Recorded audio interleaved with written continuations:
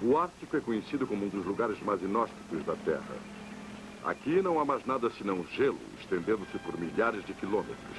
A temperatura frequentemente está a 50 graus abaixo de zero. Mas este lugar desolado é o lar do urso polar.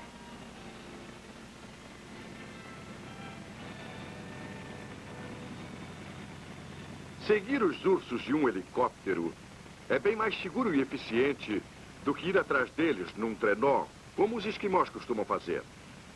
Mas ainda é uma visita excitante e aventuresca. Os ursos polares só são achados no Ártico, onde apenas 3 coisas existem juntas: pedras de gelo, água gelada e frio paralisante. Em toda a sua vida podem não botar nunca os pés em terra, mas rolar continuamente pelos caminhos gelados de que dispõem. Isso nós sabemos. Mas hoje o homem está tentando saber muita coisa mais sobre eles. Nenhum lugar na Terra é mais inacessível e perigoso do que as geleiras onde vivem os ursos. O homem está enfrentando as agruras de um frio paralisante, de lojas sombrias e da irremediável solidão para salvar o urso polar, o gigante branco do Ártico.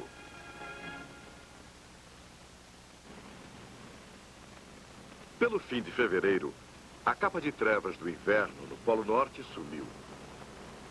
Agora, o homem pode articular o seu laboratório para renovar o seu trabalho de seguir o urso polar pela vastidão gelada. Eles passam por Port Barrow, o ponto mais remoto em terra da América do Norte. A destemida equipe de oceanógrafos está agora por cima do gelo. Um esquimó ruma para o norte caçando focas. Como sinal dos tempos, trocou sua parelha de cães por um motor de automóvel. Dentro de poucos minutos, o helicóptero estará sobre a desolação aparente sem fim do Ártico. Este é o território do urso polar. E rastros de urso quebram a extensão lisa de gelo lá embaixo. Olhando intensamente, eles seguem-nos. Até a carcaça esfolada de um urso morto.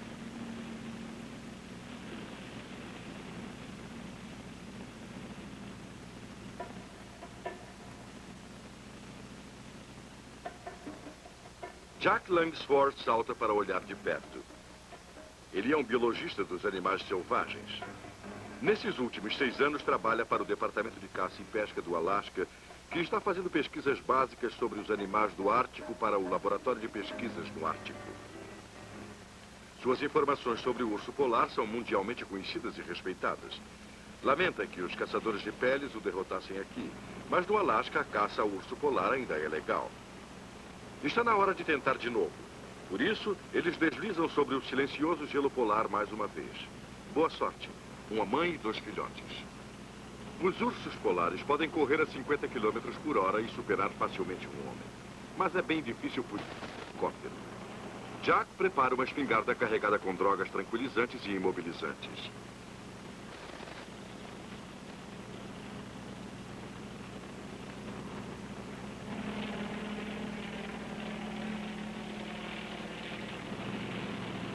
Jack aponta cuidadosamente.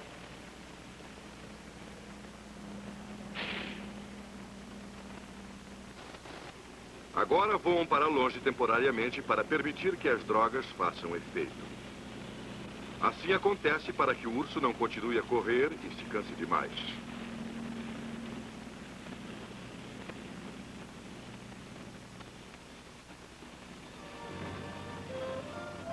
Jack já passou horas sem conta no gelo, tentando levar as pesquisas um pouco mais à frente.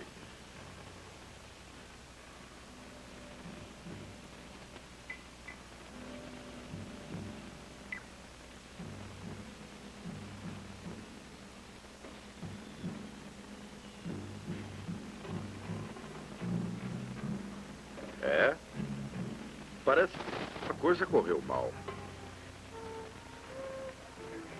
O urso não parece estar totalmente imobilizado. Trabalhar com ele pode ser perigoso. Mesmo em perfeitas condições, as drogas são eficazes por um curto período. E não sabendo exatamente o quanto o tranquilizante fez efeito, seria arriscado reinjetá-lo.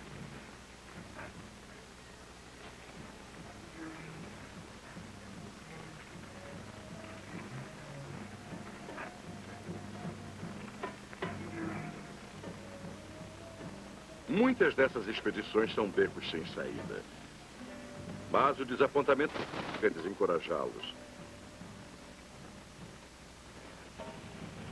Com o tempo ameaçando piorar, os homens decidem que o melhor é regressar a Port Barrow.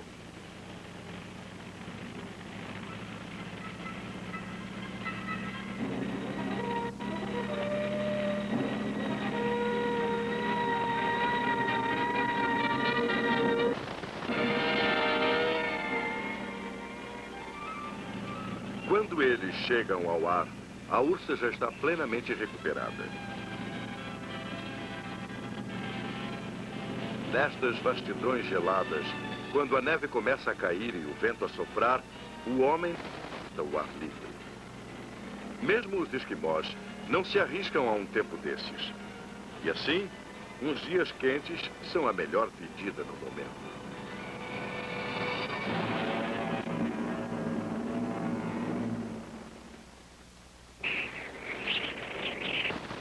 Quando cai uma nevasca no Ártico, não há meios de sobreviver senão dentro de casa. E como o Laboratório Naval de Pesquisas no Ártico resolveu fazer pesquisas sobre os ursos polares, há sempre muita coisa para fazer. Jack está preparando dardos com tranquilizantes. Vai ter de inocular um tranquilizante e uma droga imobilizadora. A dose exata de droga a ser administrada a cada animal individualmente é determinada quando o animal foi avistado e é estabelecido o seu peso aproximado. O desenvolvimento deste equipamento torna possível imobilizar um animal em distâncias que chegam a 80 metros, garantindo uma segurança relativa tanto para o homem como para o animal. Alguns dos mais sofisticados equipamentos eletrônicos já imaginados têm sido usados em experiências com ursos por Howard Bowen e Don Brundle, empregados no Sensory Systems Laboratory. Don é engenheiro-chefe da companhia e Howard, o diretor do laboratório. Um transmissor como este tem sido implantado no alto do pescoço do urso e um transmissor de calor como este aqui está no seu fígado.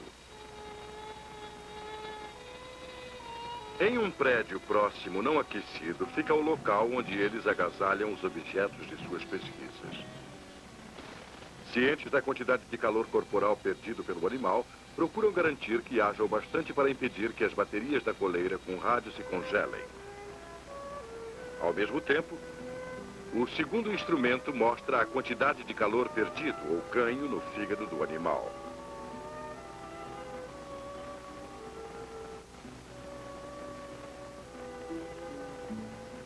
Algumas aplicações práticas de suas descobertas serão testadas breve.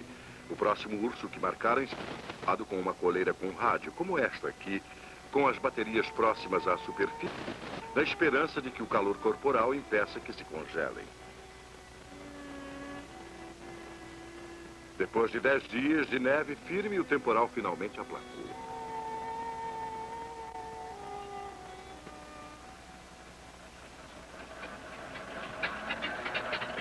Agora eles podem voltar ao gelo, onde acham que está o verdadeiro trabalho. Don quer localizar alguns dos ursos já usando suas coleiras.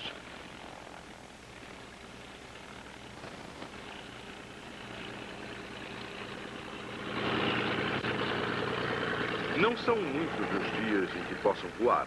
A maioria do seu trabalho externo tem de ser feito em 3 meses, começando no fim de fevereiro. Depois de 1º de maio, começa a quebrar.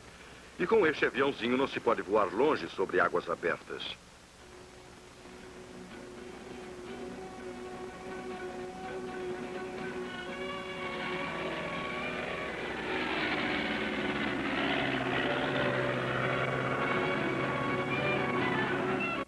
Nas áreas próximas ao Polo Norte, o tempo é sempre um motivo de luta.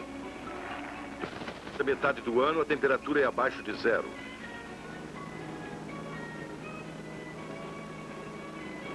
Mas, eventualmente, o homem adapta seu estilo de vida e equipamento para viver assim. Don capta um sinal e faz um gesto para o seu piloto voltar.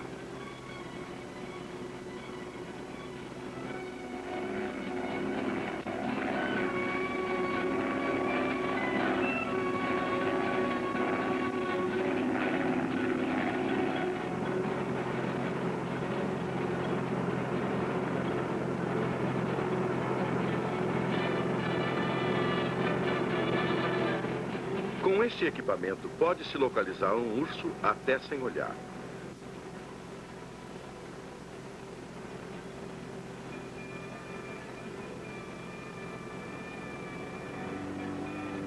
Os homens estão tentando descobrir os hábitos migratórios do urso. Para onde vai, a que distância e quando. Suspeitam que haja talvez tipos diferentes de ursos polares. Se houver, querem identificá-los em seu âmbito.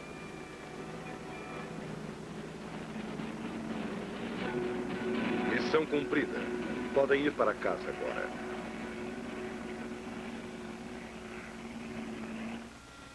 Marcando num mapa onde o urso foi originariamente marcado e cada lugar em que foi visto por último, seus movimentos podem ser calculados. É mais uma pequena peça no quebra-cabeça da história do urso. Eventualmente, Jack queria ver todos os ursos polares do Ártico marcados, até que um quadro realmente compreensivo e conciso da história de sua vida e de sua ecologia pudesse ser traçado.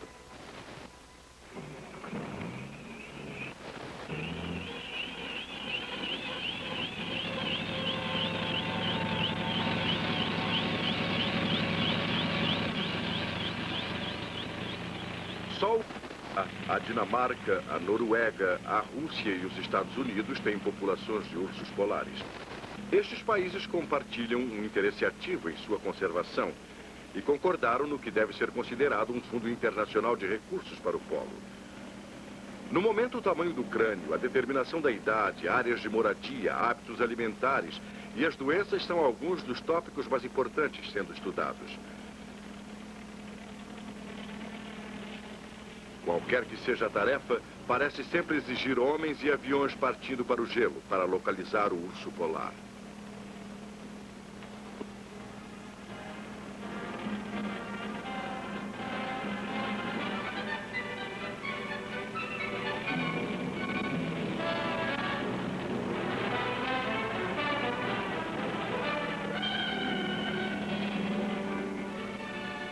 E mais uma vez estão na pista. Em poucos minutos, os homens avistam o urso no gelo lá embaixo.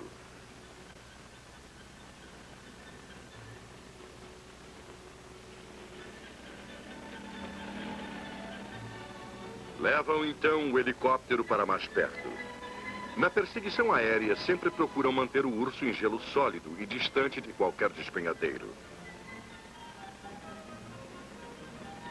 Jack sabe que na primavera os ursos mudam-se gradualmente para o norte, ao largo da costa do Alasca. Passam o verão no bloco gelado, aparentemente concentrando-se em uma faixa ao longo da borda.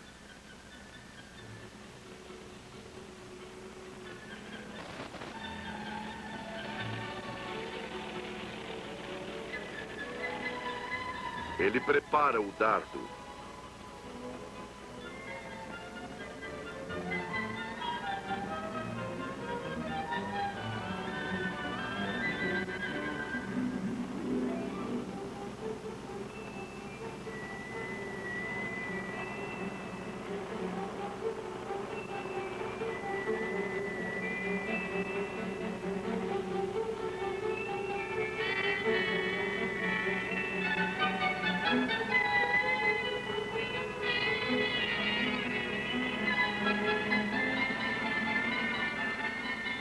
Coloca-se em posição.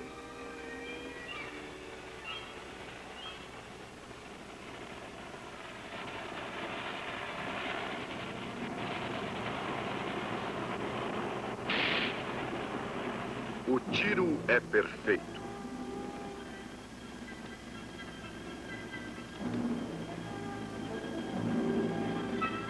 São precisos de 10 a 15 minutos para o urso cair. Eles o observam por alguns momentos e depois voam para longe.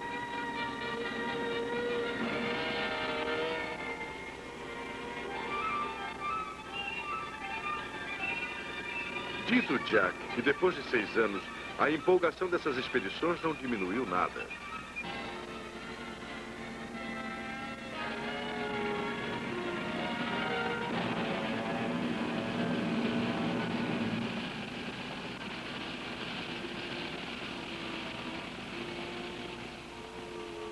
Aqui em cima, o Ártico é sempre um desafio. O tempo não deixa ninguém descansar. E talvez seja uma boa coisa, pois estão trabalhando com um dos ursos mais ferozes da Terra. Há 2 semanas, um deles levantou-se e o perseguiu.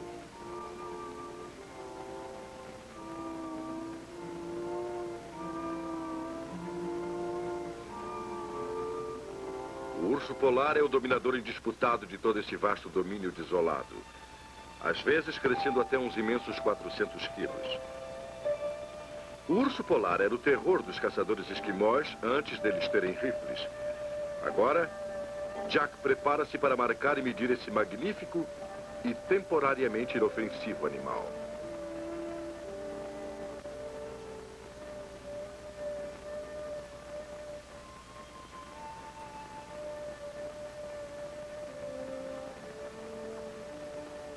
Aplica um antisséptico e prepara a orelha do urso para a marca.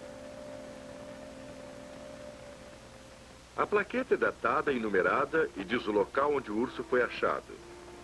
Também declara que será pago um prêmio pela sua devolução ao Departamento de Caça e Pesca do Alasca.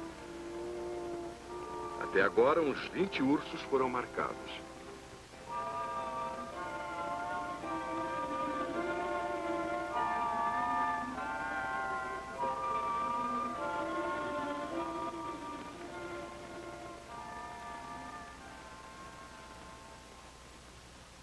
Coleiras amarelas são usadas nos animais machos.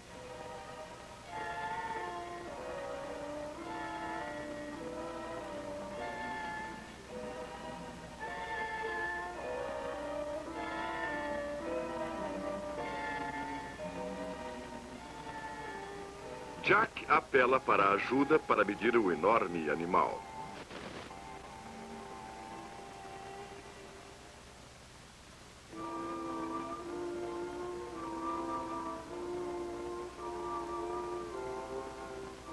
Quando nasce, o filhote pesa uns 2 quilos. Na maturidade, seu peso comum é de 200 a 300 quilos. A altura do seu ombro é de 1 metro a 1,5 metros. De pé, em suas patas traseiras, podem chegar a uma altura de mais de 2 metros. Os filhotes ficam com as mães em seu primeiro inverno, vagando pela escuridão fria, aprendendo a caçar. Quando chegam aos 2 anos de idade e pesam uns 50 quilos, a mãe e o filhote separam-se. Mais ursos no gelo. Um urso puro pode não ver a terra nunca, mas passar a sua vida toda viajando pelos blocos de gelo em busca de comida. Sua presa favorita é a foca, que ele tocaia com a astúcia de um tigre. Pode esmagar o crânio de uma foca com um golpe de sua enorme pata. Vez ou outra, ele abandona o gelo e aventura-se a uma curta distância no interior, onde, como qualquer urso, come frutos e ervas e raízes. E, naturalmente, seres humanos distraídos também.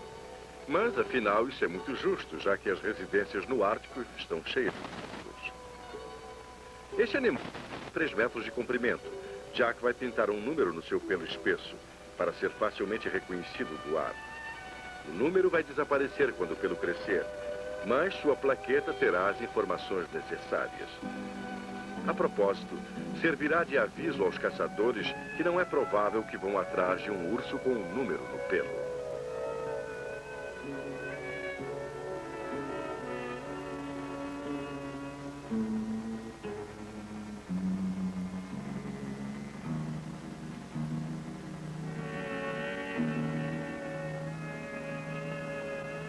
Dentro de pouco tempo, o urso estará brincando pelo gelo de novo.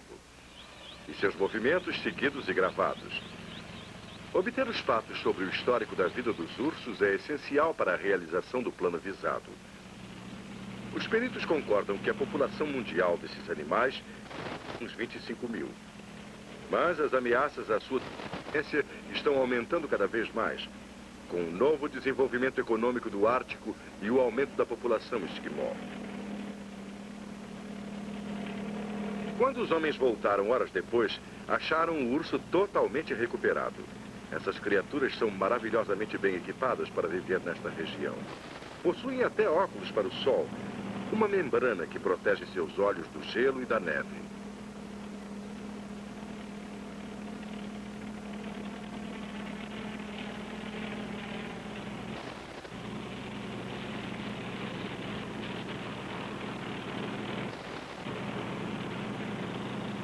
Enquanto corre pelo gelo fino, arrasta seu corpo distribuindo melhor o seu peso e evitando que o gelo se quebre.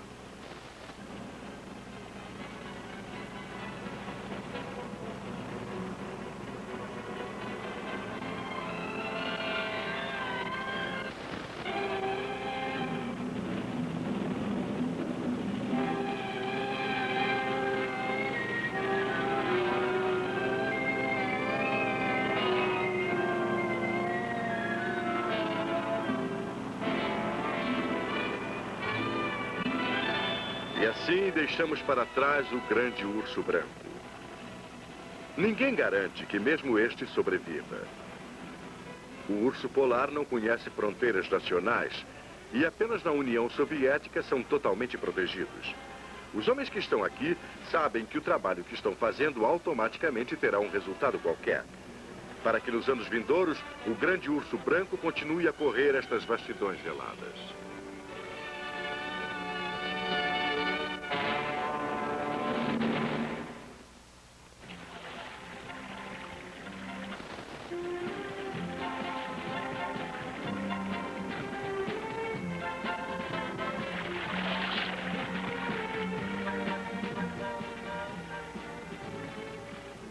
Ver os ursos polares atravessando os blocos de gelo e desaparecerem entre as rochas geladas do Ártico é uma experiência maravilhosa.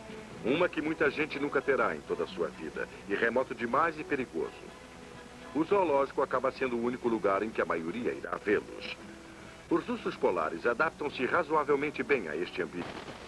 Parecem aceitar melhor o cativeiro no calor do verão, melhor que a maioria dos nossos animais.